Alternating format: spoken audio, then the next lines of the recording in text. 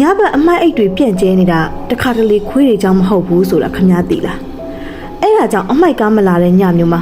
ဝရဏကနေအောက်ကိုဘယ်တော့မှငုံမကြည့်နဲ့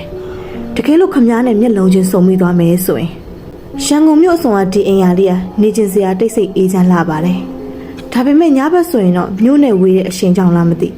အမှောင်ရိပ်တွေကပို့ပြီးတော့ထူထပ်တဲ့အောင်ရှိနေတတ်တယ်ကျမတို့စီမှာထုံးစံတစ်ခုရှိတယ်လေအင်ယာဝင်းထဲမှာအမိုက်ပုံးရဲလို့သိသက်မရှိတာမို့ကို့အခန်းကသုံးတဲ့အမိုက်တွေကိုသတ်မှတ်ထားတဲ့ရက်မှာပဲအမိုက်ကားလာကောက်ဖို့တိုက်ရှိမှအစင်သစ်ထုတ်ထားကြရတယ်များသောအားဖြင့်တော့အမိုက်ကပုံမှန်လာတတ်ပေမဲ့တချို့ရက်တွေဆိုရင်တော့ဘာကြောင့်မှမသိပြက်ကွက်တတ်ပါတယ်အဲ့ဒီလိုအမိုက်ကားမလာတဲ့ညမျိုးဆိုရင်နောက်တစ်နေ့မနက်မှာအမိုက်တွေကလမ်းတစ်လျှောက်လုံးဖယိုဖယဲနဲ့ပြန့်ကျဲနေတတ်တာအမြဲတလို့ပဲခွေးတွေပဲနေမှာပါဒါမှမဟုတ်ရင်လည်းကြွတ်တွေဖြစ်မှာပေါ့လို့ကျမတို့အားလုံးတွေးခဲ့ကြတာအဲ့ဒီညကတော့အင်္ဂါနေ့ညအမိုက်ကမလာဘူးအမိုက်အိတ်တွေကတိုက်ရှိမှစုပုံလျက်သားရှိနေတယ်ညတနာရီလောက်ရှိနေပြီပတ်ဝန်းကျင်ကခွေးဟောင်တန်အောင်မကြားရလောက်အောင်တိတ်ဆိတ်လွန်းနေတယ်ကျမစာဖတ်နေတော့အောက်ထက်ကတကျွတ်ကျွတ်နဲ့အတန်တွေကြားလိုက်ရပါတယ်တခုခုကိုမာဆက်ဆက်ဝါးနေတဲ့အတန်မျိုးပစွန်ခွန်တွေကိုကိုက်စားနေတဲ့အတန်မျိုးလေဒီခွေးတွေကတော့လေအမိုက်အိတ်တွေလာဆွဲပြန်ပြီကျမစိတ်တူတူနဲ့ထားကြည့်လိုက်မိတယ်ဒုတိယထပ်ဝရဏကနေအောက်ကိုငုံကြည့်လိုက်ပြီးတော့လမ်းမိတိုင်ရဲ့ဝါချင်းချင်းအလင်းအောင်မှာအရှိမမေကြီးတွေကအမိုက်ပုံပေးမှဝိုင်းနေတာကိုတွေ့လိုက်ရတယ်အစကတော့ခွေးအုပ်ကြီးလို့ထင်လိုက်သေးတာပါဒါပေမဲ့တေချာစိုက်ကြည့်လိုက်မိတဲ့အချိန်မှာတော့ကျမရဲ့သွေးတွေကစောင့်တက်အေးဆက်သွားခဲ့ရပါတယ်အဲ့ဒါတွေကခွေးတွေမဟုတ်ဘူးလူနဲ့တူပေမဲ့လူမဟုတ်တဲ့တဝါတွေသူတို့ရဲ့ခန္ဓာကိုယ်ကအယိုးပေါ်အရည်တင်ဖြစ်နေပြီအမွှေးမြင်တွေကဖယိုဖယဲနဲ့မဲညစ်နေရပဲပြစ်တွင်းဟောက်ပတ်နဲ့မျက်နှာတွေကလည်းရုပ်ပြက်စင်းပြက်ကြီးတွေသူတို့ရဲ့လက်သေးတွေကတော်တော်ကိုရှည်တယ်အဲ့ဒီလက်သေးတွေနဲ့အမှတ်အိတ်တွေကိုဖောက်ပြီးအထက်ကစားချင်းစားကြံတွေကိုနှိုက်စားနေကြတာဒါပေမဲ့အဆိုးဝါးဆုံးကသူတို့ရဲ့ပါးစပ်ပဲမျက်နှာတွေကသာကြီးနေတာအစားစားဖို့ကြိုးစားနေတဲ့ပါးစပ်ပေါက်ကအပေါက်လောက်လေးပဲရှိတယ်ပစုံခွန်လေးတစ်စဟောက်တောင်ပါးစပ်ထဲဝင်အောင်မနှဲထိုးထည့်နေကြတာပါသူတို့စီကနေထွက်လာတဲ့အတန်ကလည်းလေချောင်းထဲကနေအကွဲကွဲနဲ့နာနာချင်းချင်းညင်းညူနေတဲ့ရှက်တရာကြီးတွေလေကျမကြောက်လုံးအသက်တောင်ဝဝမရှူရဲပဲကြောင်ကြည့်နေမိတော့အောက်ကတရဝါတကောင်ကခေါင်းကိုဖြည်းဖြည်းချင်းမောကြည့်လာတယ်သူ့ရဲ့မျက်လုံးအိမ်အလွတ်ကြီးတွေကကျမနဲ့တက်တက်ဆုံသွားတယ်အတန်းလေတွေကနေလာတာမဟုတ်ပဲကျမရဲ့နားတွေကိုထရက်ရောက်လာတဲ့လိုမျိုးနီးကပ်လွန်းနေတယ်သူကပြုံးသွားတယ်ပြီးတော့အပေါက်လောက်ပဲရှိတဲ့သူ့ပါးစပ်ကနေအညိုပုတ်ရောင်သွေးတွေကစီးကြလာတယ်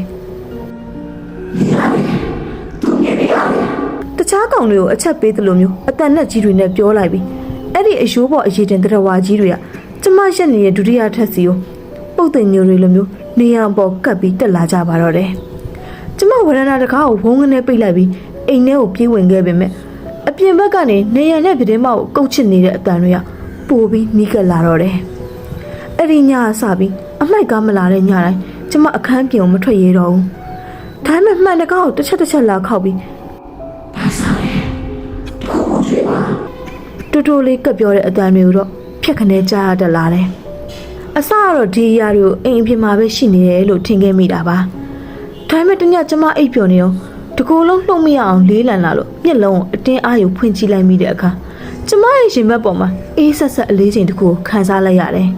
တဖြည်းဖြည်းချင်းမျက်လုံးကိုဖွင့်ကြည့်လိုက်တော့မျက်နှာကျက်မှာအကောင်တကောင်ကတွဲလောင်ကြီးကပ်နေတယ်သူ့ရဲ့မင်းညစ်ရှင်လျားတဲ့စပင်တွေကကျမမျက်နှာပေါ်ကိုကျနေပြီးအပေါက်လောက်ပဲရှိတဲ့ပါးစပ်ကနေတွေးတွေကကျမရဲ့ပါပေါ်တစ်ဆက်ချင်းစီစီးကြလာတယ်သူကကျမကိုစိုက်ကြည့်ပြီးဘိုက်ကိုလည်းလက်နဲ့ဖိထားတယ်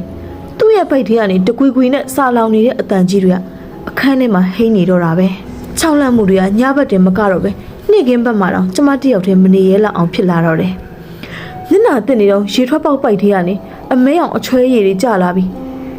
ကျွေးပါတခုခုကျွေးပါဆိုတဲ့တူတူလေးကပြောတဲ့အောင်ကြားလိုက်ရတယ်ညနေဘက်ဈေးကအပြန်ဝယ်လာတဲ့အသားတွေကိုဆေးကြောနေတော့ပြတင်းမောက်မှန်ပေါ်မှာအရေးတစ်ခုကဖြက်ခနဲဖြက်သွားပြီဆိုတဲ့အတန်းနားနားမှာကပ်ပြောတဲ့လိုမျိုးပြက်ပြက်သားသားကြားလိုက်ရပြန်တယ်ကျမကြောက်လွန်းလို့အဲ့ဒီအိမ်ကနေပြောင်းဖို့အချိန်ချင်းစူးစမ်းခဲ့ပါသေးတယ်ဒါပေမဲ့ထူဆန်းတာအိမ်ပြောင်းဖို့လှုပ်တိုင်းအကြောင်းတစ်ခုခုနဲ့အမြဲတမ်းပြက်ပြက်သွားရတာပဲပထမတစ်ခါအိမ်ငါးကစင်ရံပေးဖို့လို့တော့ပတ်စံအိမ်ပျောက်သွားတယ် ဒုတိယတစ်ခါကျတော့အိမ်ပြောင်းတဲ့လမ်းမှာကားကဆက်လို့မရတော့ပဲလုံးဝထိုးရက်သွားပြန်တယ်နောက်ဆုံးတစ်ခေါက်ကျအထုပ်အပိုးတွေအားလုံးပြင်ပြီးမှကျမရုတ်တရက်အပြင်းထန်ဖျားပြီးမူးလဲသွားခဲ့ရတယ်သူတို့ကျမကိုလှုပ်မပေးချင်ကြဘူးဆိုတာလုံးဝထင်ရှားနေပါပြီဒီအတိုင်းဆက်သွားရင်ကျမယူသွားနိုင်တာမို့နီးလန်းဟောင်းတစ်ခုကိုပဲသုံးဖို့ဆုံးဖြတ်လိုက်တော့တယ်ကျမတန်ဃာတော်တွေကိုပိတ်ပြီးစွန့်ကတ်တယ်သူတို့အတွက်ရည်စူးပြီးအလှအတန်းတွေပြုလုပ်ပေးတယ်ညဘက်ရောက်တော့အမိုက်ပုံပေးမှမဟုတ်ပဲတန်တန်ရှင်းရှင်းပြင်ဆင်ထားတဲ့စားတောက်ဖွေရာတွေကိုချပင်းဒီလူရဲ့အဖို့ဘာကောင်ရှင်တို့ရကြပါစေစာလောင်မှုသိချင်းကနေကင်းဝင်းကြပါစေကျမကိုလည်းထမနှောက်ရှက်ကြပါနဲ့တော့စိတ်ထဲကနေလေးလေးနက်နက်ဆူတောင်းပြီးအမျှဝေလိုက်မိတယ်အဲ့ဒီအချိန်မှာအဲ့ဒီတရဝအုပ်စုကကျမပြင်ဆင်ထားတဲ့အစားအသောက်တွေနောက်ကိုရောက်လာပြီးခဏလောက်ညင်သွားကြတယ်ဒါကအရာအားလုံးရဲ့အဆုံးသတ်လို့ကျမထင်ခဲ့တာပါဒါပေမဲ့ပေါ့လေ